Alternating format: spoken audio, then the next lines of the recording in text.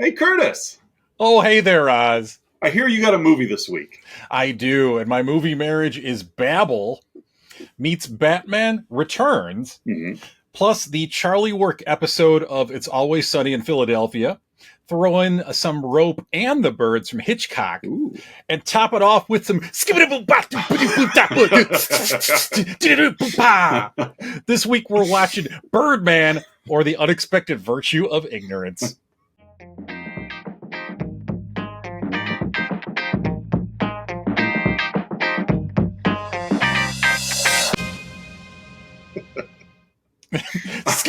I'm the scat man. I was singing that song along as I was watching this movie, and like, hey, Patreon subscriber Melissa L, I'm watching Birdman.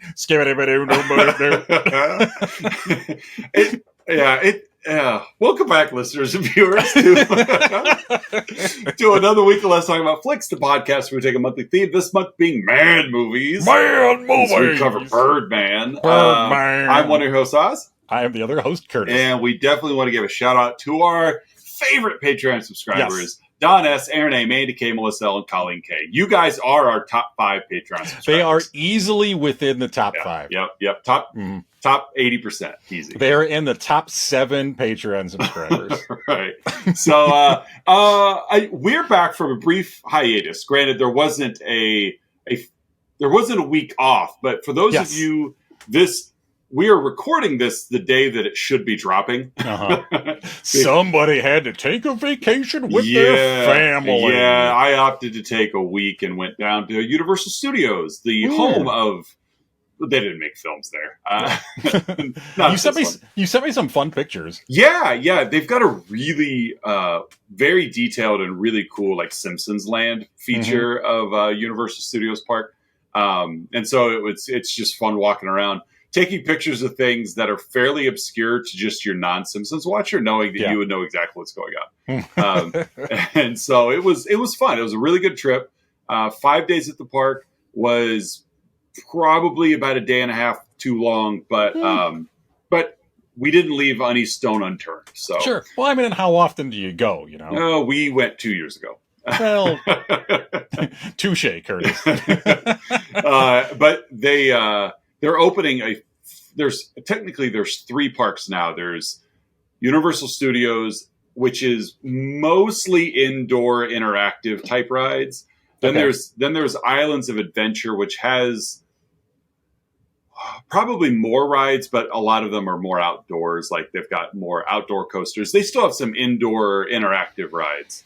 And then they've got their water park, Volcano Bay. Well, next year they're opening a 4th park, Epic Adventure, I think is the name, Epic Universe or something like that.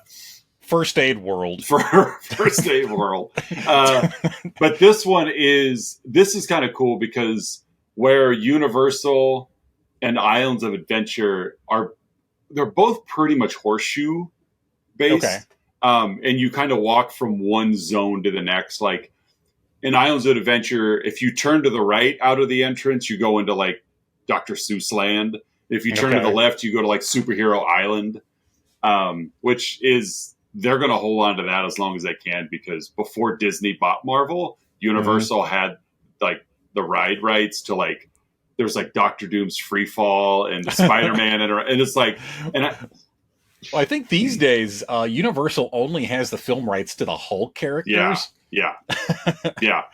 And so I did a little digging, and long story short, Disney is like, you can keep those rights as long as you don't change anything. Like maintenance is all you can do. Don't enhance the ride, anything. They should just lean into just Hulk based rides, like really obscure characters, like the leader's death drop. Joe Fixit's Joe Fixit's Moporama. I don't know. Welcome to Maestro's. Sasquatch's haircuttery. And so as you're working your way around, so they're both kind of horseshoe based. But again, there's this big Simpsons Land, which of course Disney now owns it, etc. But the 4th park is they call it like hub and spokes, where you walk in and you you can't get to the other zones without leaving the one you're in. So they've got like they've got another Harry Potter universe piece they're opening up, but they're opening like a Super Nintendo world, where there's going to be like Mario Kart ride and they're doing like a How to Train Your Dragon land, and then there's there's five new zones that open next summer. So we've given some thought to maybe going back in a couple of years because next year's just going to be stupid. So anyway, that was 5 minutes of vacation talk. So we're back. We're kind of settled in. I'm getting caught up with work, and here we are recording on the day of launch. Yep. Maybe I could get this one edited and pumped out we'll tonight. see. But whatever. Not the end of the world. Our loyal listeners will understand. Yeah, they're all slamming their breakfast forks on the table, waiting for that midnight drop of Where's Birdman. my episode? Where's my Birdman? I've been waiting. So, but here we are, Birdman. You did a wonderful movie, Marriage, and that puts me in the character zone. So, yeah, who's in Birdman? A lot. There's a lot of people in here, but at the same time, like not a lot of roles, like important roles. Yeah. You've got Michael Keaton as our lead, playing Riggan Thomson, just a very normal, common name, Riggan. Yeah, I know a lot of Riggans. That's 7, I think, Riggans. Yep. I know. And he's our lead. He's our former superhero actor trying to revitalize his career as a Broadway scribe. As a thespian. That's right. I almost in my movie Marriage threw in John Lovitz's acting. It would have fit. It would definitely have fit. He is managed by Zach Galifianakis, who doesn't necessarily play your standard Zach Galifianakis role, but I really enjoyed him in this role. Yeah, I thought he worked. Yeah, he really worked in this role. Edward Norton played Mike Shiner, who played Edward Norton. Basically. You got Andrea Riseborough as Laura. Amy Ryan makes a couple of appearances in the film as Riggan's ex-wife and mother of Emma Stone. Their daughter played Sam Thompson. Naomi Watts plays one of the other female leads in the play within the movie. We got a Lindsay Duncan. We got a Merritt Weaver, Jeremy Shamos. Just people, like really it boils down. You got a Jackie Hoffman in there. But really it's Michael Keaton, Zach Galifianakis, Ed Norton, Emma Stone, and Naomi Watts. Yeah. Pretty much. So it's pretty much them. But again, it is like the centerpiece of this film is a stage play, which typically doesn't have a full cast of characters like a movie would. So, all right, take it away. All right, hey, let's get to the plot of Birdman. Birdman. I don't know why I'm saying it like that. Birdman. We open on a quote from Raymond Carver's late fragment, and it's like a conversation, and it's and did you get what you wanted from this life? I did. And what did you want? To call myself beloved, to feel myself beloved on the earth. And that really kind of captures the whole theme of this movie there, Oz. It really does. Not only captures the theme of the plot, but it also kind of set the stage for what to expect with this Oscar award-winning movie. A lot of talking, a lot of words. Yes. If you were to have read that opening quote and then rolled your eyes about like, oh, here we go, you probably didn't enjoy this movie. You know who didn't enjoy this, or who wouldn't have enjoyed this movie? Who? Deb. Oh. Too much talking? Too much talking. Yeah. Too much talking. Where's the rifleman? Especially when you call it Birdman and put a superhero character on the cover. Yep. Almost leading to believe. And then you watch the trailer to this movie where there is the scene where he's flying around as Birdman. You're like, oh, there might be some action in this. Like, this is kind of cool. You're really teasing there. No. It's talky. This movie has literally, I think, about 8 seconds of legit superhero action. Yeah. And even then, it's just, yeah. I forgot about that 8 seconds of the 2-hour runtime. But yeah, you're right there. Too much talking. Yeah. So the rifleman.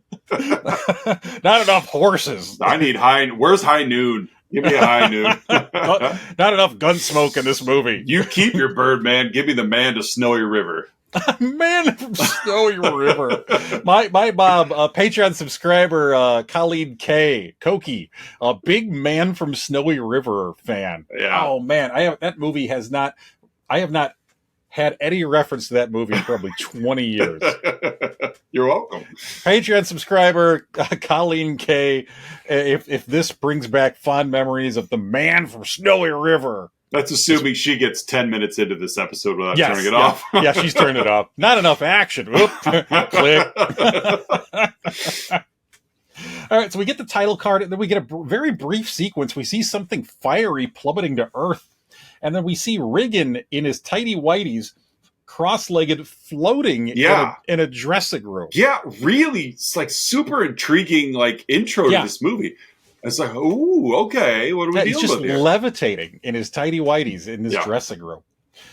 We get a very, very deep voiced Riggan voiceover, and spoiler alert, we later find out that he is possibly schizophrenic. Possibly. And again, depending on perspective. Possibly superhuman. Or superhuman, yeah. Maybe a little from column A, a little from column B. But it's actually the Birdman persona. Right. In Michael Keaton's voice talking like this inside of his head. How did we end up here? This place is horrible.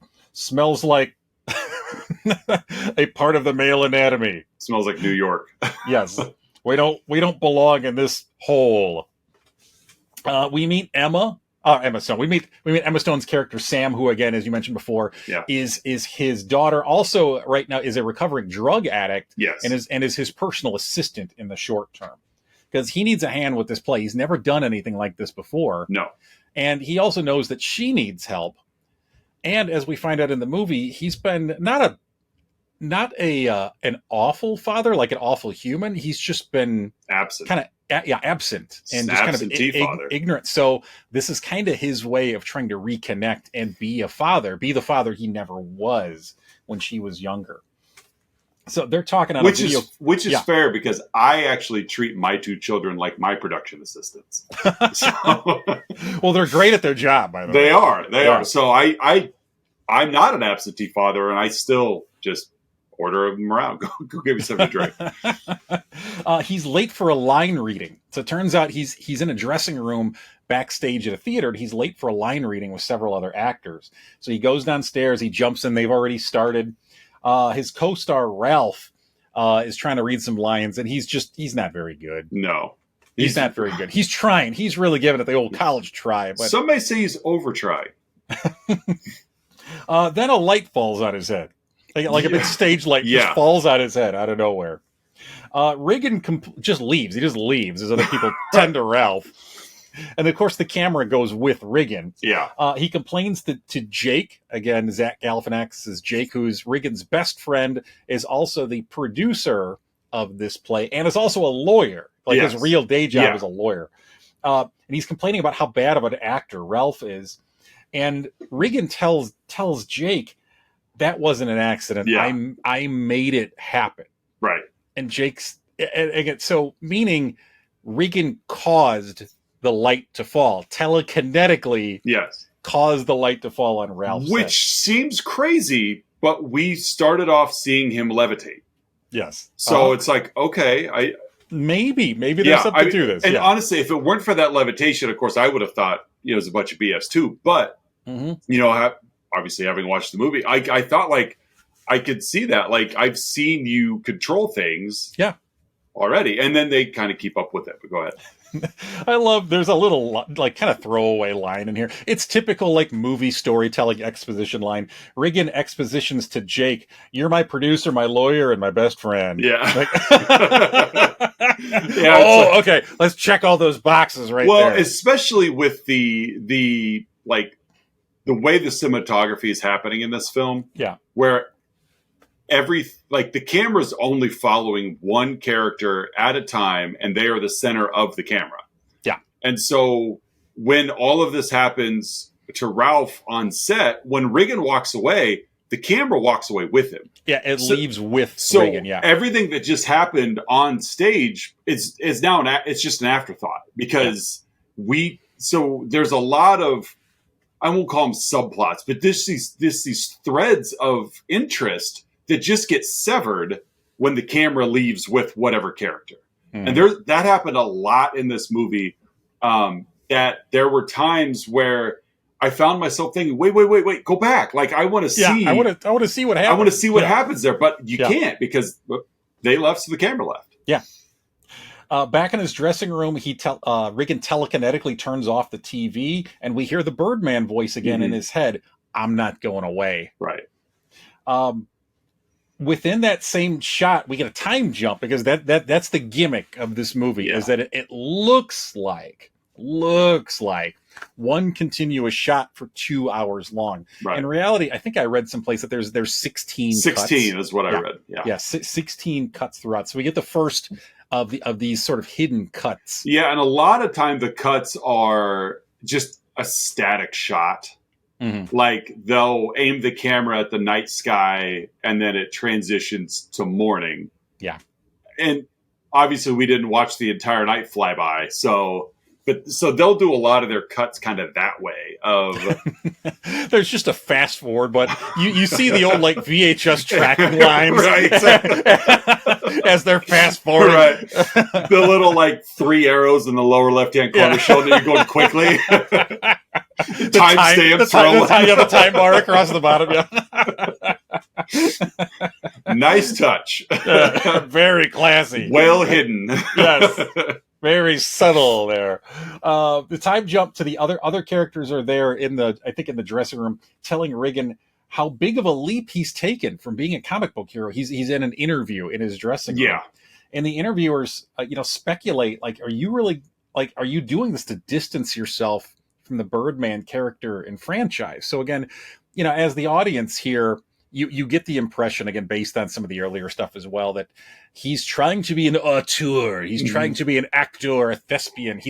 And there's a huge void, both personally and professionally, in Riggan that he's trying to fill. And ultimately, this whole movie is about seeking external validation. Oh, yeah. Because Riggan can't validate himself. No.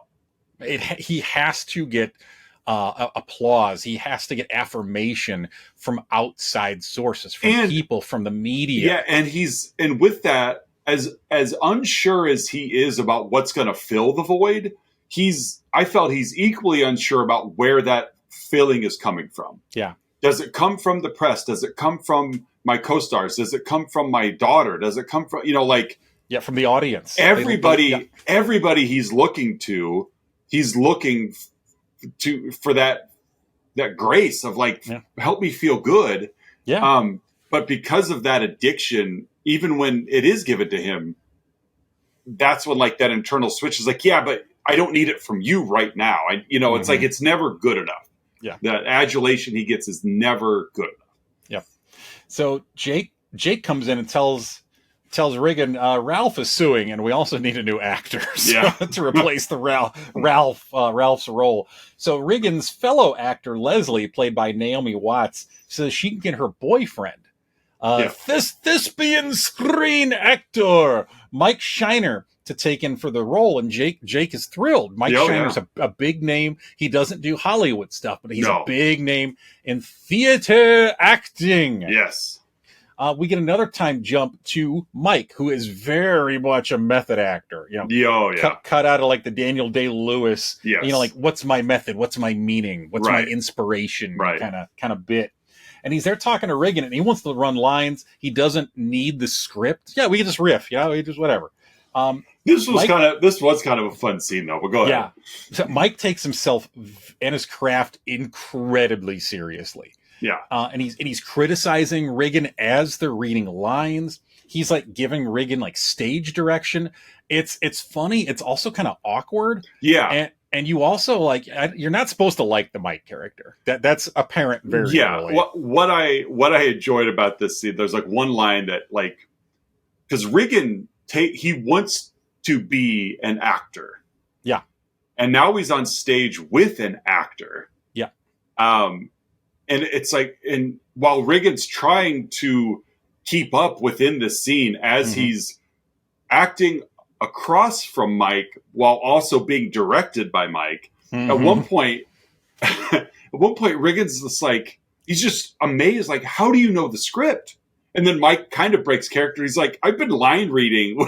I've been line reading with Leslie for weeks. He's like, how do you know my lines? Yeah. And it was just kind of fun to see Riggan almost like, I can't keep up. Like, how is this guy doing this? Which Mike's like, almost like he knows it, why he knows it, but he's not going to share that unless he gets that adulation. He's an actor. Yeah, but he's like, I've been line reading with Leslie. Like, I know the whole play. And I'm like, that makes sense. Because Riggan is just like, oh my God, this guy's amazing. Sam takes Mike to wardrobe. Mike is like borderline sexually harassing Sam as well. He's making comments about her. While they're backstage, he's getting fitted for his outfit. He just strips naked. Mm-hmm. Mike just strips naked. So again, this is Ed Norton. Yeah. And of course there's a well-placed something or other. So the Austin Powers style of hiding your nether regions.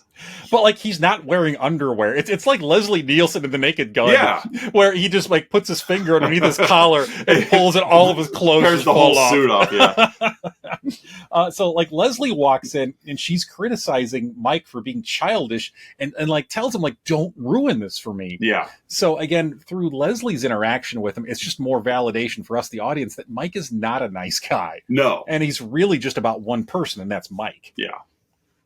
As then Leslie starts to just start slamming Sam, like, stay away from her. She's got all these problems, etc. And Mike's trying to cut her off and be like, because Sam's standing over there behind the wardrobe watching Mike undress, but Mike knows she's there. Yeah. And so it's just the awkwardness and tension building up and again, before, like, this is still like before the previews for the show, even the show's not live. It's still pre-production preparation for the preview showings.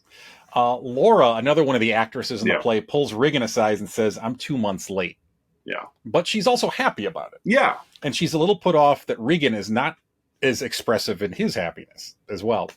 We get another time jump here to the live preview of the show. So again, we're past the pre-production. We're in the first of the live previews with I think with an audience there. And like, Mike is breaking character in the middle of the production. Yeah, because he's so method, he's drinking actual gin. Yes. Like his character is. Yeah, and he berates Riggan for replacing like his gin, his stage gin, with water, and for not giving him good lines. Mike then berates the audience for being fake. So like, it's just all over the place. Right. And then, of course, Leslie is a mess because she's like, one thing I asked you not to do, you're clearly doing. You're ruining this. Yeah, it's a mess. Riggan just calls for the curtain. Yeah. Tells Jake, we need to get rid of Mike. Jake pushes back. Like, Mike is bringing in the money and the attention for this. Like, you and I don't have the validation and credibility to do this. Like, Mike is bringing us the eyes. In his dressing room, Riggan's ex Sylvia, again Amy Ryan, shows up, asks how Sam's doing. Laura pokes her head in, sees Sylvia, and immediately scoots out very quickly. Mm-hmm. Initially, I thought maybe Sylvia was another hallucination until Laura popping in, and saw, Sylvia. And which would have made sense because again, it's like, why is your ex-wife backstage? Completely would have made sense. Yeah. So Riggan tells her, I want to refinance the home and give it to Sam. And she's like, no, that's hers. And it turns out he wants to do it because they're running short of money for this production. He also, there's an interesting, this is kind of it's a little, I don't know if it's an off topic, but it really gets into the character further here. He brings up how nobody knows that Farrah Fawcett died the same day as Michael Jackson. Again, just further revealing how he's just devoid of recognition and meaning. And as she's leaving, she just turns to him and says, like, you're confusing love for admiration. You're not Farrah Fawcett. Right. Yeah. Again, which, like, to be fair, I did know that Farrah Fawcett died the same day as Michael Jackson because my wife and I were on our honeymoon in Hawaii, and Walter Cronkite also died that week. Rough week. Bad week for America. The Birdman voice tells him, you should have done that reality show. And at this point, Riggan is verbally talking back to the voice. He just tells the voice, shut up. An aide tells Riggan that Mike ordered a sunbed because he needs to be a redneck for the role. Riggan meets and walks with Mike outside. It says, I got a lot riding on this play. So basically, he's trying to talk Mike into cooperating. Yeah. Is the whole deal here. And asks, like, have I done something to offend you? Mike tells Riggan, if this doesn't work out for him, like, you're going to go back to your studio pals and keep committing cultural genocide. So that's how Mike, again, this actor, looks at Riggan's past, like his filmography and his body of work to this point. So, Mike really clearly thinks lesser of Riggan. Yeah. You're a sham. You're not an actor. Well, we get to that later. Yeah. Another cut here is they enter a bar. Mike tells Riggan, don't get too worked up over a preview. I've done this before. Yeah. Kind of thing. And Mike asks Riggan, like, why are we doing the Raymond Carver work? And Riggan shows Mike a note on a napkin that Raymond Carver actually wrote to teenage Riggan. So teenage Riggan met him. And Mike points out to Riggan, Carver was drunk. He wrote this on a cocktail napkin. Yeah. Which just kind of shatters Riggan. It's like this Riggan's entire motivation for this career, and Mike's just like, he's drunk. Like, he didn't mean it. He wrote it on a napkin. Yeah. Riggan walks back to the theater. Sam is there, and he thanks her for your work. You've done a good job. I appreciate what you've been doing. However, Riggan then loses it on her after he discovers that she's been smoking some marijuana. Yeah. I'm doing something important here, and she calls him out for doing this to feel relevant, not to make art.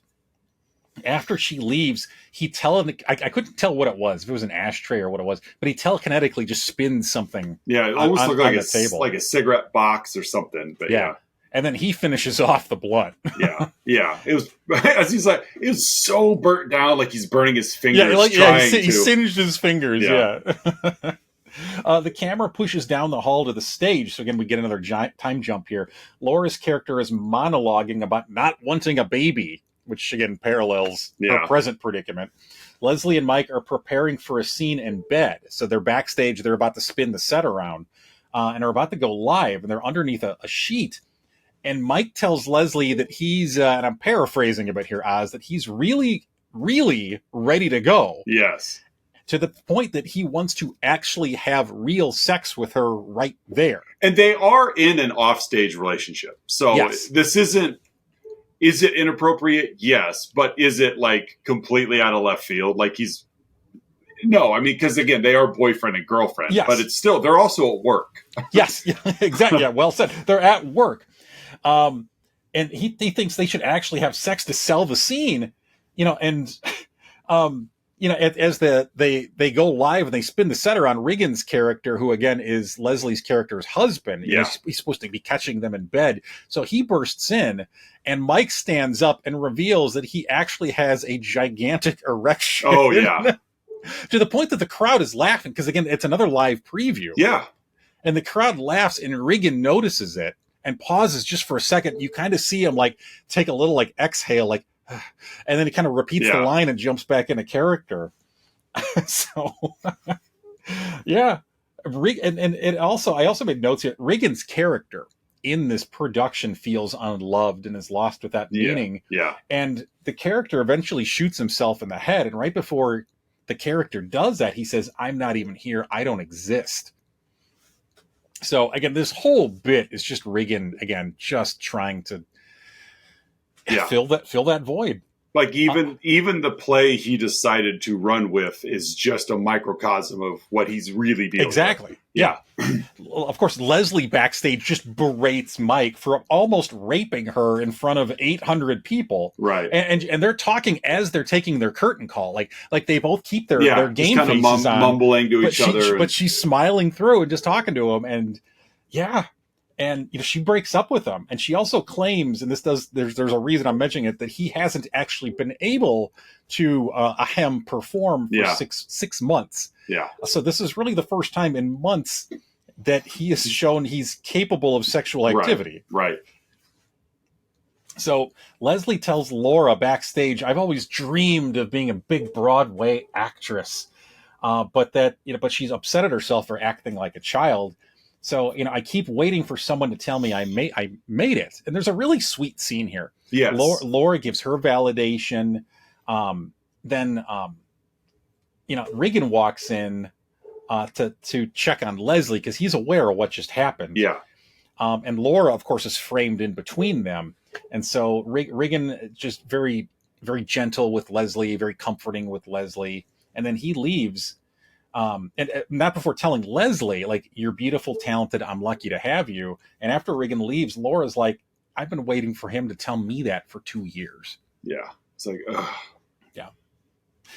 And then Laura validates, Leslie's feelings and vice versa. And then they start making out in this moment of tenderness. Which is not completely foreign to Naomi Watts. Yes. Like, "Oh, you're kind of an attractive brunette. Let's do this." Like, yeah, I know how this works. Uh-huh. Show business, making out. Oh, yeah, this feels like Mulholland Drive 2. Yeah. Men in cowboy hats. Ventura. Yeah. Is that the subtitle? Yeah. Mulholland 2, Ventura. Yeah. The Valley. You take the 405. Exactly. Californians. We cut the mic up on the roof, of course, after he just walks in on Leslie and Laura making out.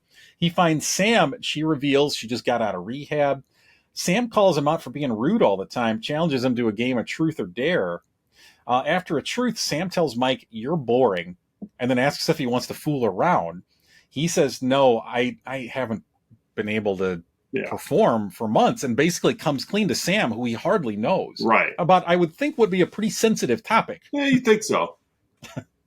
And then she says, like, "That didn't seem to be a problem on stage earlier." And then he admits, "Nothing is a problem for me on stage." So that cuts through to Mike right there. Like, we learn a lot about his character there, that he's a lot more comfortable when he's performing than he is in reality. Yes. And he's all, and Mike is really just a big hoax. Oh, yeah. Yeah. Is all he is. Yeah. Everything is character driven. Everything is bravado and nothing. Yeah. Like, he's just a shell waiting for the next performance. Yeah. Another cut. Night fades to day. Laura drops a newspaper on Riggan's desk in his dressing room, and Mike is on the cover of the art section. And we hear in Birdman's voice say, "I told you, he's playing you." There's a brief write up on page 12 about the production, but the big article is really about Mike. In a very, like, just very stereotypical pose in the photo, like something like Annie Leibovitz would put together. You just look at it and you're like, of course this is from the arts and culture section of the paper. Yeah, he's got like one foot up on a chair. Exactly. Kind of thing. Yeah, it's a very thespian looking pose. Yes. Laura tells Riggan, "I'm not pregnant anymore." Riggan then confronts a basically almost nude Mike in his tanning booth about the article. Riggan accuses Mike of being self-absorbed, and gets Mike to there's a back and forth there between Riggan basically trying to prove himself as an actor to Mike, and then they end up getting in a fight, like a physical fight. Yeah. It's it's kind of funny in a way, because these are two actors, yes, who are fighting, like, and it just it's supposed to look awkward and weird. These are two grown men who clearly are not physical brawlers. No, not at all. It's more of kind of like rolling around and sort of slapping at each other. Which is interesting, because you figure one's made an entire career of being a superhero, so he's probably fought on screen. Yeah. The other one's made a career of being on stage, so he's probably fought on stage. But in real life, neither one of these two know how to throw a punch. After walking away, after Riggan walks away, Birdman tells Riggan, "You're lame."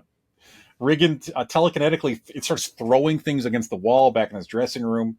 Birdman tells him, "You messed up Carver's book," and calls him a coward as they continue arguing. And then Birdman tells Riggan, "You could jump right back into that Birdman suit." Mm-hmm.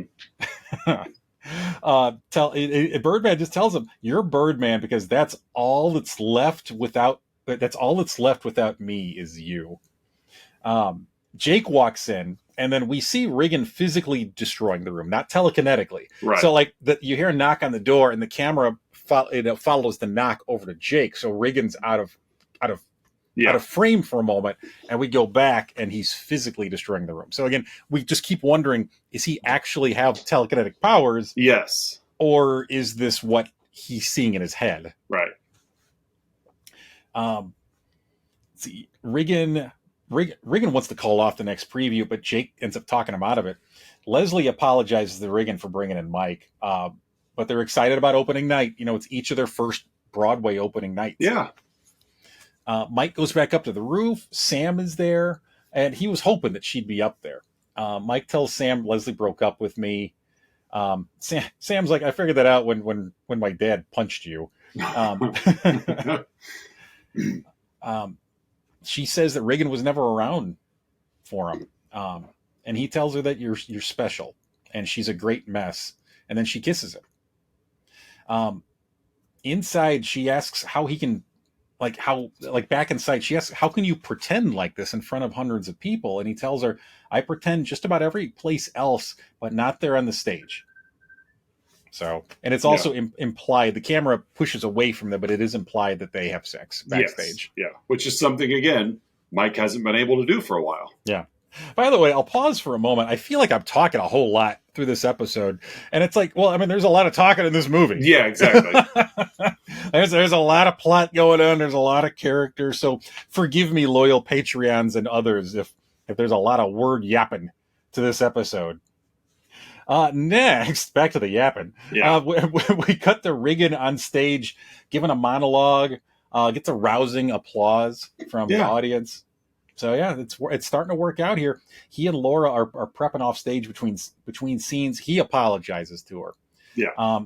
She says she wants to be a mom, but her body won't agree. Riggan sees Sam and Mike kissing backstage, and he goes outside for a smoke just to kind of deal with the stress of seeing his daughter making out with, with this character, this other guy that he clearly has had professional problems with. So he steps outside, and his robe gets caught in the door. Yes. And this is a fun scene. Yeah, we get the moment that you saw in a lot of the trailers and a lot of the promos for this movie. So he's not completely naked. He's back in his tighty whities, but he's behind the building, and he can't get back in. He can't get anyone's attention. So he literally has to run down the alley, and out in front of the building, there's a marching band passing by in the street. So he ends up walking. It's a parade, but he has to get back inside because his character is going to be on stage in moments. And so he's walking by this parade. People are recognizing him. Everybody recognizes him. People are trying to take photos with him. They're trying to ask him for autographs. And he keeps moving because his one determination is, I've got to get back in there and perform. Right. This is my thing. And so he pushes past all this. Ralph and his attorney are in the lobby when he comes back inside, and he has to enter from the audience. He has to enter from the back of the theater because he doesn't have time to run around backstage. So he enters in, and they've already started the scene, and he walks through the audience down the aisle to get upstage while he's in character, reading his lines and everything. It's a really, really fun sequence. Yeah, it really is. Throws the audience off because he enters stage back. So really fun sequence, and probably the scene that this movie is known for. Yeah. Backstage in Riggan's dressing room, Sam asks Riggan if he'll be ready for opening night, and he admits, I was a bad father. Sam tells him, what happened? You're trending online. You've had over 350,000 views in the last hour. And she tells him, believe it or not, this is power. Yeah. So it adds to the buzz, which they desperately needed here. We cut to Riggan drinking in a bar. The TV's talking about the underwear incident. Riggan buys a drink for Tabitha, who's a local film critic and a very prominent film critic. So a bad review from her can just tank productions. She's like the Siskel and Ebert of the New York film or stage world. Yeah. And she was there earlier when Riggan and Mike were in the bar. And Mike had pointed her out, and she's very, very dismissive of him. Yeah. Just very dismissive. Go ahead. She has kind of a similar attitude about theater and Riggan's, professional filmography as Mike does. Like, you're not good enough for this. You're not worthy of this. She reminded me a lot of Anton Ego from Ratatouille. Yeah, I can see that. Yeah, just the food critic that is just already dismissive because nothing's going to be good enough. Yeah. She just tells him, "I'm going to destroy your play." Yeah. She tells him that she hates him. She hates everything he represents. You have no business trying to make real art. You're not an actor. You're a celebrity. Yeah, that's what I was going to finish with earlier. I figured it'd come back up. Yeah. So that was a big kick between the legs for Riggan there. We cut to Riggan. He got drunk and he just fell asleep in the street, like leaned up against some garbage bags. So he wakes up. We hear Birdman's voice. "You're a movie star, man." We then actually see Birdman. So we see the physical manifestation of Birdman walking and then flying directly behind Riggan. Of course, no one else notices Birdman. So this is clearly all in Riggan's head. "You save people from their boring, miserable lives." Riggan then snaps his fingers and a missile hits the street. Yeah. Out of nowhere. A missile hits the street. There's troops everywhere. Helicopters are shooting at something. Birdman then screams directly into the camera, "That's it. These people love action, not philosophical BS." And on cue, the camera goes back to Riggan, and Riggan lets out a half-hearted "ah." All right. It's still in there, folks. Yeah. "Gravity doesn't apply to you." As Riggan levitates himself from the street up to the ledge of the theater, of a building. And so, again, we question whether or not he actually did that, or if he just went through the building. But eventually he's on the ledge, and people are out there pointing and shouting. And we hear a person off camera yell, "Is this for real? Are you shooting a film?" As a person confronts him on the roof, Riggan leaps off and then just flies through the city. As Birdman says, "This is where you belong, above them all." He lands in front of the theater. No one notices or reacts. Yeah. And there's music playing in the background, and then Riggan says out loud, "End the music," and the music track for the movie stops. Yes. Yeah. Which, again, very fun. Yeah. Let's see. And a man was chasing Riggan into the theater, but that it's implied it's because Riggan didn't pay for his taxi. Yeah. So another one of those We're clearly in Act 3 here, Oz. I'll wrap things up here in the next couple of minutes. I've been droning on for a while here. There's a lot to talk about in this movie. It's a talkie. It is definitely a talkie. We cut to night outside of the theater. There's people emerging from the doors during the first act intermission. So again, it's opening night. People are impressed. They didn't think the Hollywood actor could actually pull this off. In the dressing room, Sylvia comes in again, tells them that it's going really well. And Riggan tells her, "I have a voice that talks to me sometimes." Yeah. Yeah. And she's like, let's not go there. Let's not. And he tells her that, he reminisces about the past. Basically, at one point, she caught him cheating. Yeah. And he left. And he told her that he went out for a walk or something. But in reality, he actually went to the ocean and walked in with the intention of killing himself. Right.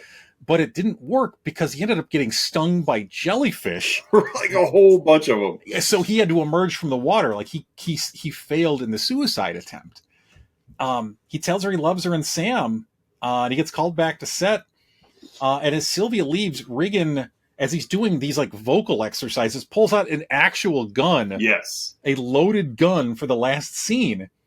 As Riggan's walking to the stage, he refuses to put on the blood rig, that one of the backstage hands would normally put on him. And as scripted, he walks to the edge of the stage as he catches, his, Naomi Watts' character and Ed Norton's character, cheating on him. And he actually shoots himself in the head. Yes. To end the production. Standing ovation. Yep. Standing ovation. Everybody loves it. Camera pans up to a spotlight, sound fades.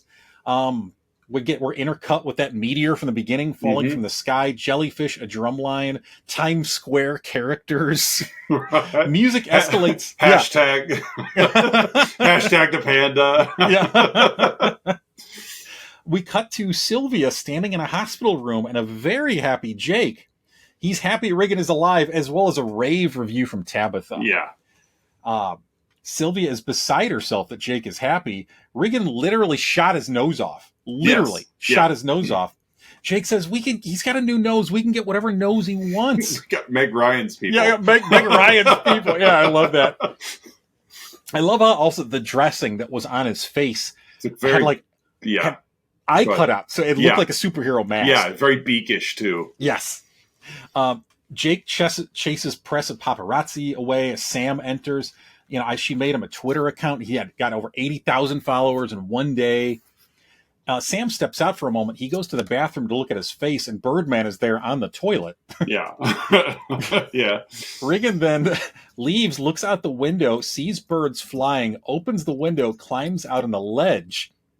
The camera then pans away from Riggan as Sam re-enters the room. She goes over to the window, looks down. Riggan is not there anymore. Yeah. She looks down and then looks up into the sky with kind of a smirk on her face as she just kind of chuckles to herself. And that ends Birdman, or the unexpected virtue of ignorance. And I apologize to you, my friend, as well as our listeners, for the length it took me to get through that. You didn't cut anything. You didn't add anything. That's the plot of the film. That's how it goes. There's a lot going on there. And I know I probably went into a little more character detail than I needed to, but that's this movie. Yeah, this is a character movie. Yeah. Any final thoughts about Birdman before we jump into our bits? We talked pre-show. You asked me right away, what'd you think of this? And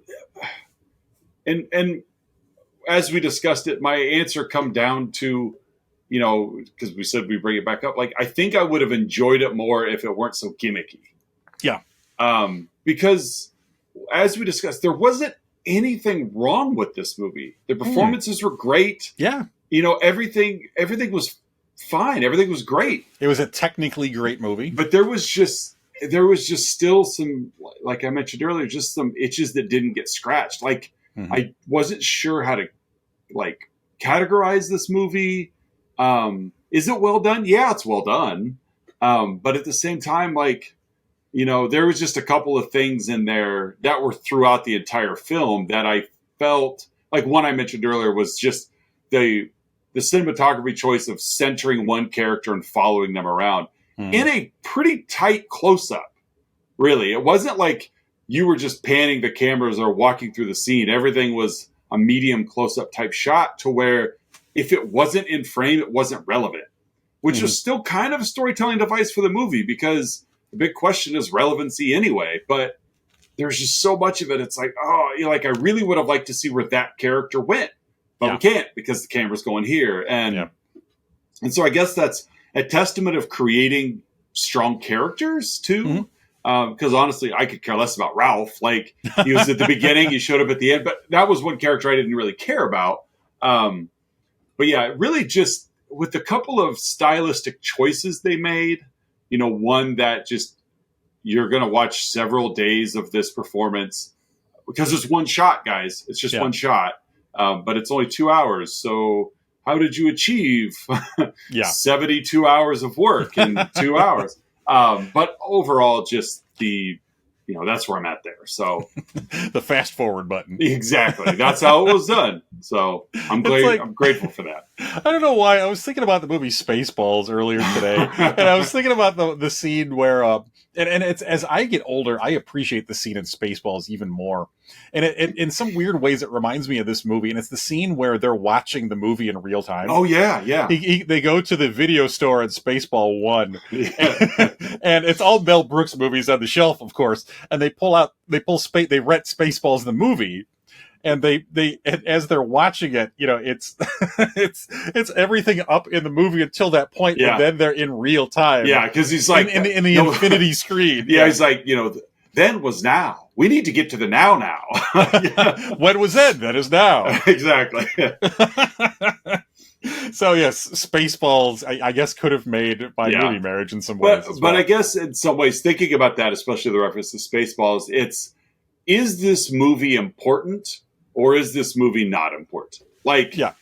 And I get to that a little bit later. Okay.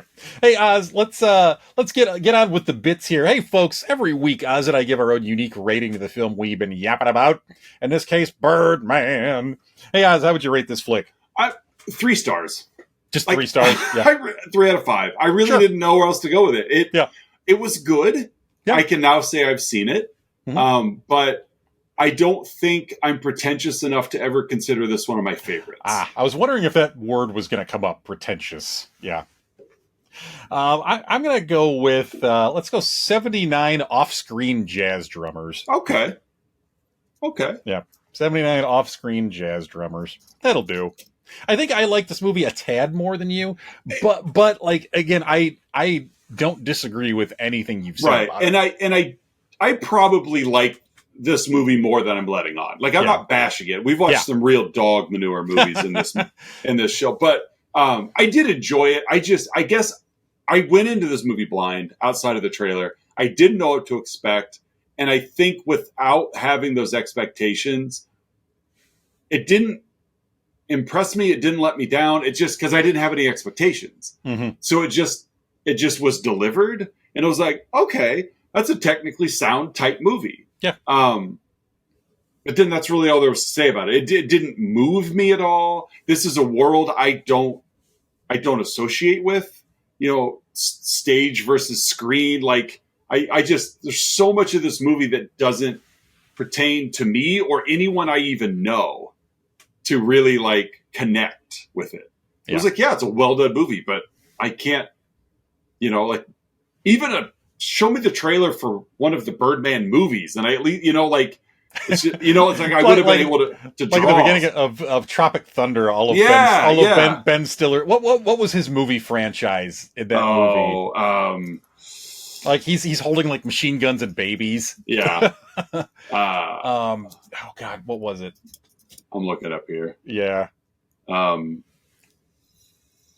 course, it doesn't say.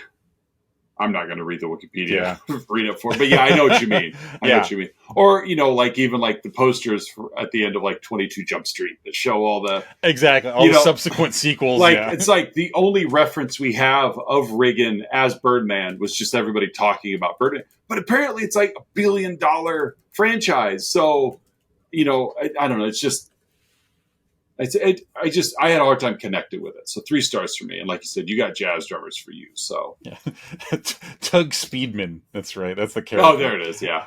Tug Speedman. So if any of our reviewers remember the name of the film franchise that Tug Speedman was in Tropic Thunder, go ahead and drop it in the chat below. Tug Speedman. Tug Speedman. Tugger. Hey, next up, folks, we've got Outside Insights. Oz and I have been scouring the interwebs, searching for unprofessional reviews that tickle our funny bones, and we hope they tickle yours as well. Hey, Oz, what's your Outside Insight? I acknowledge pre-show. Mine's a little lengthy. I guess it's not too terribly long, but this is from Amazon, and it's titled, I Want My Money Back. Okay. Disclaimer 1. I actually have a degree in cinema studies, so I've spent many hundreds of hours watching genuinely good films. Okay. Disclaimer 2. I do not deny that in terms of technique and acting, this film is well made. And then on to the review. But, man, is it just a big, long, self-congratulatory piece of crap. It's Hollywood giving itself a big fat pat on the back. Look at us. We are artists too, and we suffer too, even though we are rich and famous. Are there other ways to look at this film? Maybe. Is this film really truly relevant? Does it touch and move on a human level? Nope. There are meaningful stories that can be told and are being told. This is not one of them. The Russians have a saying, and then it's a Russian phrase, and then he puts, you can Google it. This movie is actually that. The fact that it got a Best Film Academy Award is truly disappointing and indicative of just how out of touch much of the film industry is. There's also the fact that a 60-some-year-old man lusts after a 20-year-old, and that's supposed to be sympathetic and cute rather than disturbing and gross. If you want to watch a movie about the artist's inner turmoil, watch Fellini's 8.5. If you want to watch something relevant and truly moving, watch The Lives of Others. I'm sure there are people who disagree with me, the Academy. I'm not saying that this film is bad because its craft is bad. I'm saying that the subject matter and the way it is presented is revolting to me as a human being, going through life and the world with my eyes and heart open to other people, to suffering, to hardship. I'm saying that even though this film achieves what it sets out to achieve, that which it sets out to achieve is of questionable value. I love disclaimer 1. I actually have a degree in cinema studies. Ah, there you go. In case anyone is wondering. That's why I figured, like, I'm an expert. Right. I went to school for this, so I know more than everyone else knows. Therefore, my opinion is the most relevant opinion and the rightest opinion. I mean, I know the Academy doesn't agree with me, but... Well, it's funny. Your outside insight and my outside insight, I think, might be written by the same person. Oh, fun!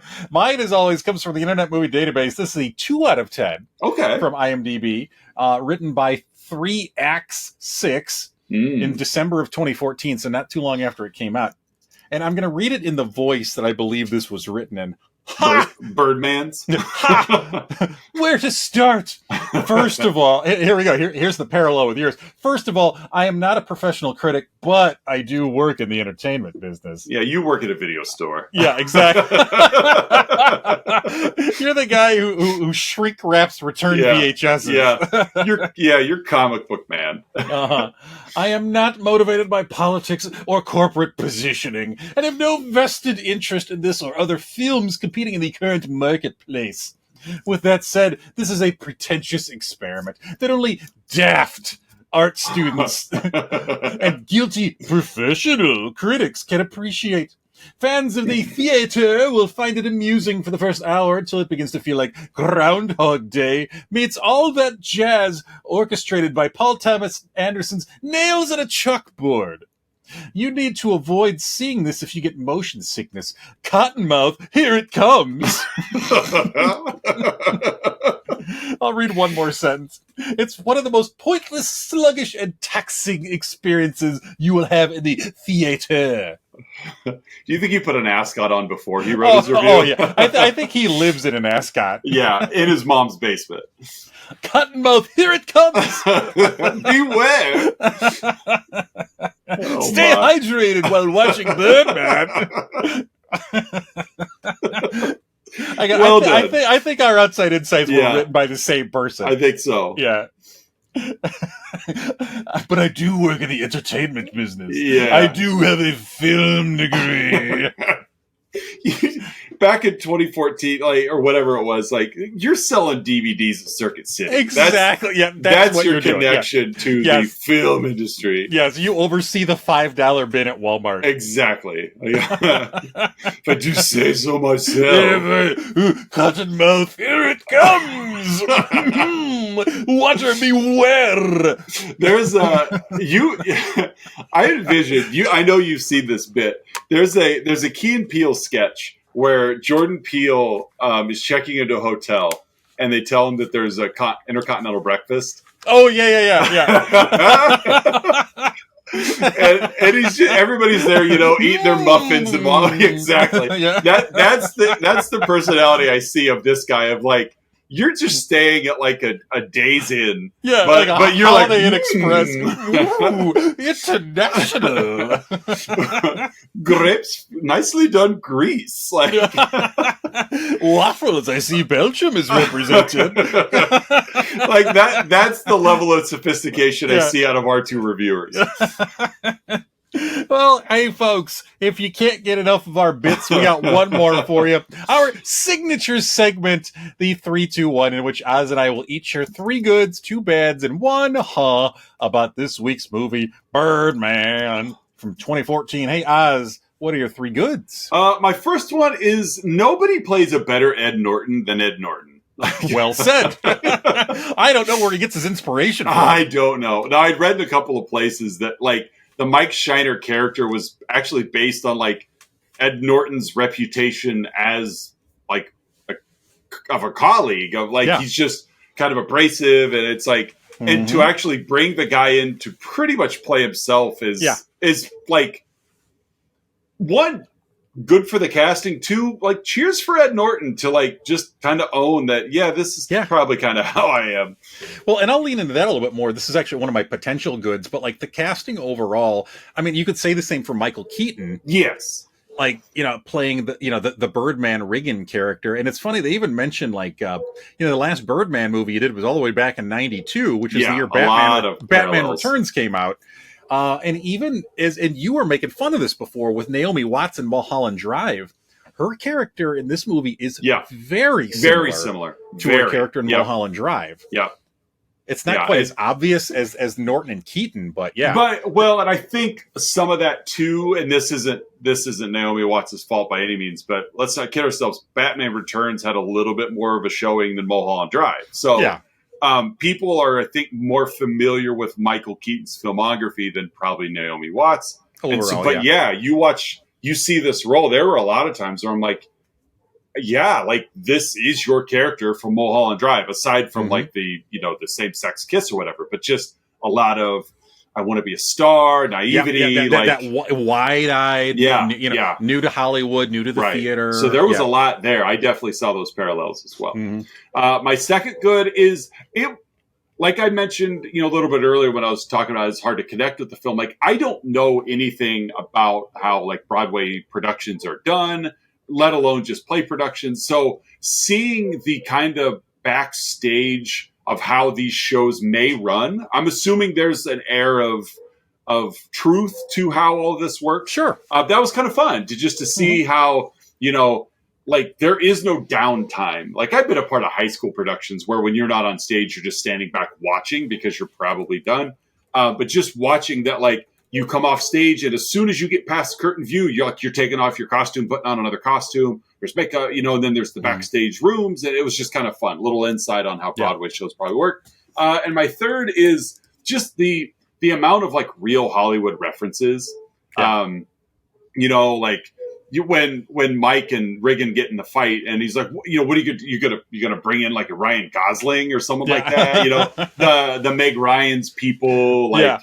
Robert Downey Jr.'s interview on TV. It's like some of that was just fun to just kind of stay kind of meta a little bit of, that we're stage performers, but we're going to reference big Hollywood because we are, as stage performers, we hate big Hollywood. And so that's my third good. It's just those kind of real Hollywood references. What do you got? Oh, for my first good, let's go with I kind of mentioned before, but the two rooftop scenes between Mike and Sam were among my favorite in the movie. It really revealed a lot about their characters and just some brilliant acting, I thought, by Ed Norton and Emma Stone. I really thought, I thought all the performances in this movie were solid. Emma Stone she just continues to impress me so much. Yeah, she's a great performer. There's a reason why she and Jennifer Lawrence get along so well, because they just look like they're just having fun. Like even their regular personality, they just seem they're just enjoying what they do. And so it's like almost like Mike Shiner, but with a personality. Like I'll give you anything you want on stage because I've got range and I'm capable of it. Yeah. But I'm also kind of a cool person as well. Yeah. Have you seen the Saturday Night Live bit with Emma Stone and Andrew Garfield? I think he was the host, and she came in for like just a little guest spot. And it was like they were there promoting, I think, Amazing Spider-Man 2. Okay. And they were filming like they were as themselves. Okay. So as Emma Stone and Andrew Garfield, but then they would cut into shots like we're shooting Amazing Spider-Man 2. It's like, okay, here's the big final kiss they're gonna have. Oh no, I haven't seen that one. I'll look it up though. And neither Emma Stone nor Andrew Garfield know how to actually kiss. And so they're trying to figure out, like in real time, how to kiss each other. Which is interesting because I think they dated while they filmed that movie, so they probably were kissing on a regular basis. So it's even more fun. But at one point, they both have their mouths wide open, like yelling into each other's mouths, like ah. Yeah, I've got it pulled up. I'll watch it when we're done. It's pretty funny. So that's my first one. It's just those rooftop scenes. My second good is it's how this movie kind of juxtaposes both celebrating and making fun of just acting, theater, writing, the press, Hollywood. It's constantly celebrating and denigrating both of them, and it's just jumping back and forth. So that was fun for me. Was how they did both of those at the same time. And the last one, a relatively a realistic enough take on schizophrenia, I thought. How the Riggan character was was talking to himself in his head, responding out loud. How we didn't physically see Birdman with the exception of a couple of brief moments, but he clearly saw him. But nobody else did. So yeah, I thought that was a decent enough portrayal of schizophrenia. So yeah, those are my 3 goods. Hey, Az, what are your 2 bads? Like I mentioned, there wasn't really anything wrong with this movie, so it was tough finding bads. Yeah, I also had some good, and so, like I mentioned, sometimes those really long single takes kind of took me out of what's going on. Sure. Because I felt I claustrophobic's not the right word because obviously I wasn't there, but I felt forced to go along for the ride. Because like I mentioned earlier, there were little plot threads or things happening that characters are walking away from that I kind of wanted to see mature a little bit. Sure. But we weren't allowed to because the camera left. Yeah. And it's like, because, so that's a testament to the filmmaker that like everybody kept acting even like when they're in the background. But some of that background stuff I kind of wanted to see. And when we weren't allowed to, especially like when you'd see like camera following character A as they have a conversation with character B, and then the camera switches and follows B. It's like, I was just invested in A. Like, so that was mildly frustrating. Sure. And so the second is, I just that ambiguous ending. Like, it didn't solve anything. It didn't tie anything up. Like, I felt there would have been better closure if she looked down and realized that Riggan had gone. Like, he clearly tried to kill himself when he shot himself in the face. It's the second failed suicide attempt by him that we've referred to in the movie. Then he jumps from the hospital window, which I guess I should have had as a bad. Hospital windows don't open. They don't. For that reason right there. I'm married to a nurse. It is hospital windows do not open. Like, they just don't.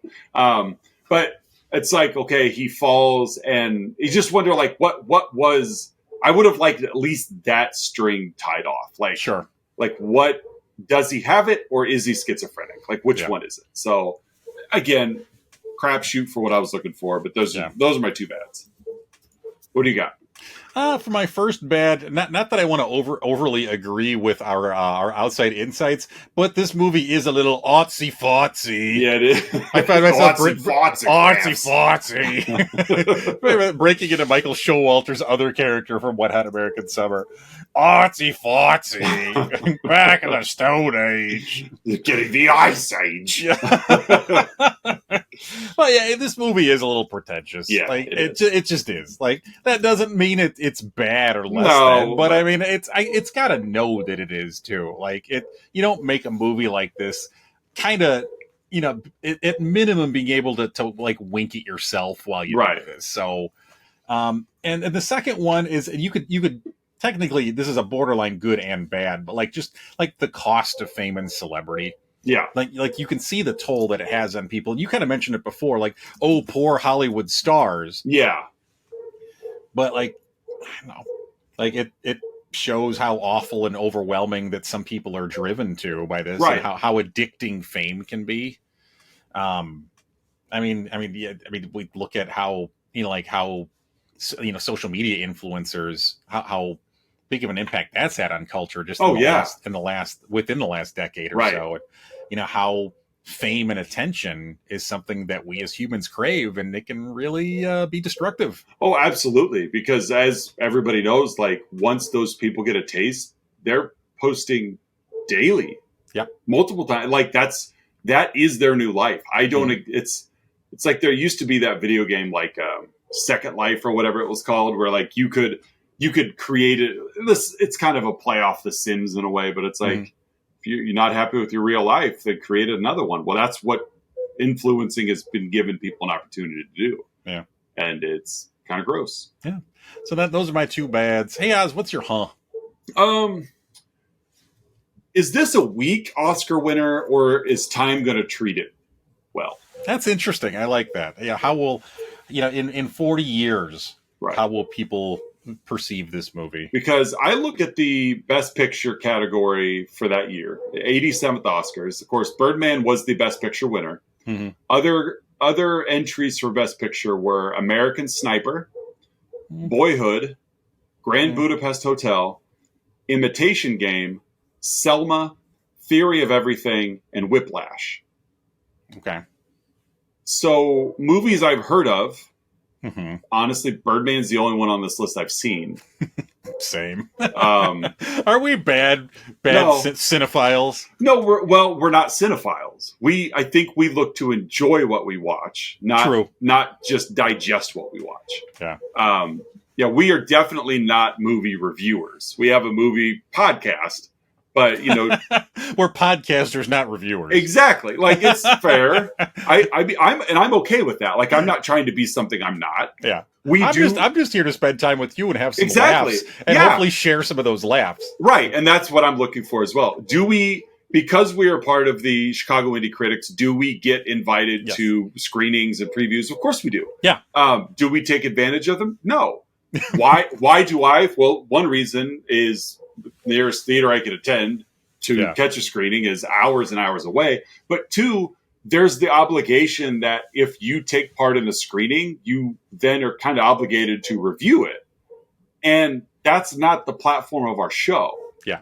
I don't want to go towards that type of platform of, will it lead to more views and more interaction? Certainly, because we're talking about brand spanking new movies. Mm-hmm. But that's not what we want to do. That's why we don't do it. Yeah. And so I do. My is I look at that list of 10. Again, it's 10. 1, 2, 3, 4, 5, 6, 8. I look at that list of 8 and I see Birdman, but at the same time I look at those other 7 and I'm like, there's nothing out here that's really grabbing. Like, some years you just hear this like, oh, I can't believe that, I can't believe Pulp Fiction lost to whatever movie. It's like Forrest Gump. Yeah. Sometimes there's these clear oversights. Yeah. And so when we look at this list, I'm like, okay, here's 8 movies. Are they great movies? Of course they're great movies because they're nominated for Best Picture. But is Birdman going to be the one that rises above, that plays the test of time and wins? Because I hear more about probably Grand Budapest Hotel than anything on this list. Or Whiplash. Or even Selma. But nothing like American Sniper. The only thing I know about that is Bradley Cooper's holding a fake baby. That's all I know about the movie. I know Boyhood, it took like 12 years to make that movie because that's Richard Linklater and that's what he does. Yeah. But other than that, I'm not disappointed that it won, but I wouldn't have been disappointed if it lost. I don't know. So that's my kind of long-winded, but sure. Is this a weak Oscar winner or will time be kinder to it? So what do you got? When we're in season 44 of Let's Talk About Flicks, fair enough, yeah, we will circle back to this. When we've hit the grumpy old men stage of our show. When we're in grumpy old men month. Yeah, that's true. We'll come back and revisit Birdman. Yeah. As for my and we've kind of danced around this as well. I'll just be more explicit about it. How much of this movie's irony is intentional? Mm-hmm. Am I supposed to feel ambivalent about this movie? Is that the intent that the director and the team had with this? Am I supposed to be questioning how much I enjoy this movie? Am I supposed to be questioning how much I can identify with the characters? Is that the point? If there is a point, I'm gonna go with you on that one, and I'm gonna bring up a conversation we had many years ago on the phone. And it'll be pointed here in a second. It was still fairly early in your counseling career. Okay. And we were having a conversation, and I asked you do you think the Bears are going to be good this year? Okay. And you started sharing your insights, and it was sports talk. So yes, you carried on and on and on and on, and you told me about like me talking about Birdman. In this episode. Exactly. But it's like you had a very descriptive, balanced research, like quarterback this, like you're covering all the and at the end, I just went, so do you think the Bears are going to be good or not? And you just, I wasn't physically with you, but I could almost hear your shoulders drop as I just fall directly on my face. Right. Because I remember saying something like, because that was a little bit of the early counselor in you of, let me share what my thoughts are. And it was fine. But at the same time, you did all that talking, you didn't answer the question. And so this movie falls into that vein a little bit of, there's so much talking, there's so much heightened this, there's just so much, just aloofness to I write for the New Yorker, and it's just all of this that it's but with all of that fluff, are you actually saying something? Yeah. And that's kind of how I feel with that too, of, am I supposed to, is there something I'm missing here? Because we're pretty intelligent people, it's so is this movie supposed to be over my head or, so I get you there. So you're telling me my 25-minute diatribe about Rex Grossman's quarterback development wasn't an answer to the question? What it means to the Bears' future when Cordell Stewart's on board? Yeah. Yeah, but it was. I just listened, and you said everything you said was worthwhile and poignant, but at the same time, but I never answered the question. But you never answered my question. Had you even said I think so, and then finished all that, perfectly fine. But I remember on the phone, I was in the car, and I was just like, well, what do you think, though? And you were just like, I think it'll be all right. I'm going to go now. Yeah. I'm going to go lay down in a ditch somewhere. Yeah. So, but that I agree. That's how I feel about that, too. All right. Well, folks, that's Birdman, or the Unexpected Virtue of Ignorance. Yeah. Hey, Oz, as we continue Man Month. Next week, what man movie are we going to be talking about? Well, for the third week of Man Month, let's see where this is going. We are going to talk about the classic film, The Third Man. When I think man movie, the first one on the top of my list is The Third Man. Exactly. Third Man. We're looking at Carol Reed directed. I think Orson Welles is in this movie. Yep, Harry Lime. It's a classic movie. Really, it is. This movie was remade with John Candy. It was called Who's Harry Lime? Exactly. Oh, I think that's what it was called. It was. But no, it's it's one of those that, is it a classic? Yes.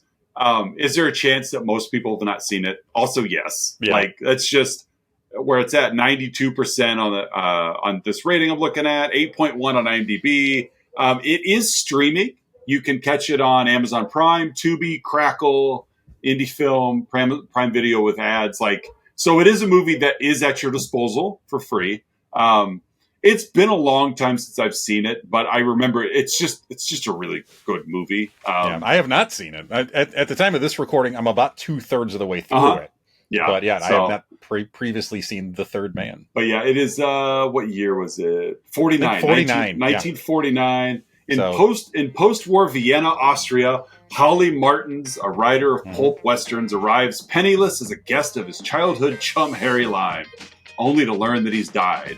And then the movie goes from there. So it's a classic. It's a good one, and I'm sure it's probably going to top the charts. Yep. I got a feeling this one will either have 3 views on YouTube, or it's going to be another one of those wacky ones where it ends up with 500. I agree. 100%. So next week we will be back with The Third Man. Social media wise, you can find us on Facebook, Instagram, and Twitter. There is a Patreon link down below if you'd like to climb the ranks and be one of our top 6 Patreon subscribers. You too could be in the top 6. Yes, you can. So we hope that you jump on board there. And to I guess that wraps up. It's good to be back. It's good to be back from vacation. Yeah. Good to get back to these conversations. So to wrap up Birdman and coming back with Third Man next week for Let's Talk About Flicks, I'm Oz. I'm Curtis. And we'll see you guys next week.